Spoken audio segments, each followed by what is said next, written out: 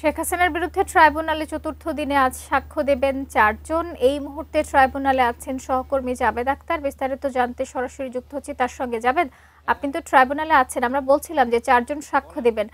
তারা কারা, তারা কি এসে পৌঁছেছেন, সব মিলিয়ে জানাবেন।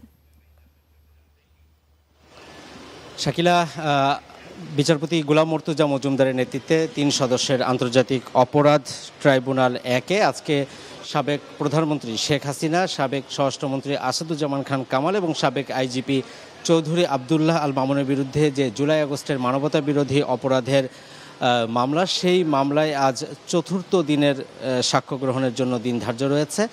এই মামলাতে শুধুমাত্র চৌধুরী আবদুল্লাহ আল মামুন গ্রেপ্তার আছেন, বাকি দুজন পলাতক।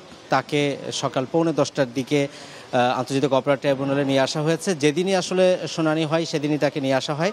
এই মামলায় গত 10 জুলাই এটির বিচার শুরু হয়েছিল এবং সেদিন অভিযোগ গঠনের মধ্য দিয়ে এটির বিচার শুরু হয় এবং তারপরে 3 আগস্ট সূচনা বক্তব্য উপস্থাপন করেন চিফ প্রসিকিউটর মোহাম্মদ তাজুল ইসলাম এবং সেদিনই সাক্ষ্য গ্রহণ শুরু হয়।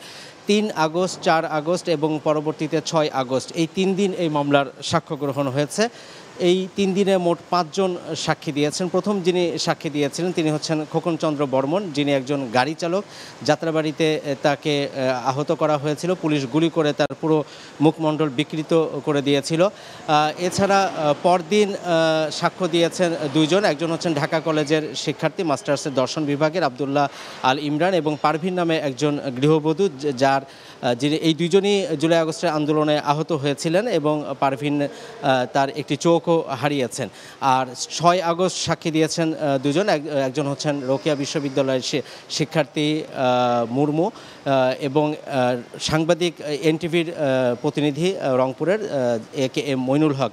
এই মোট 5 জন তারা সাক্ষী দিয়েছেন এবং তারা যা কিছু দেখেছেন, বিশেষ করে আবু সাইদ হত্যা মামলা, আবু সাইদকে কীভাবে হত্যা করা হয়, এই বিষয়গুলো তারা যা দেখেছেন সেই বিষয়গুলো তারা তারা জবানবন্দিতে সেই বিষয়গুলো তুলে ধরেছেন।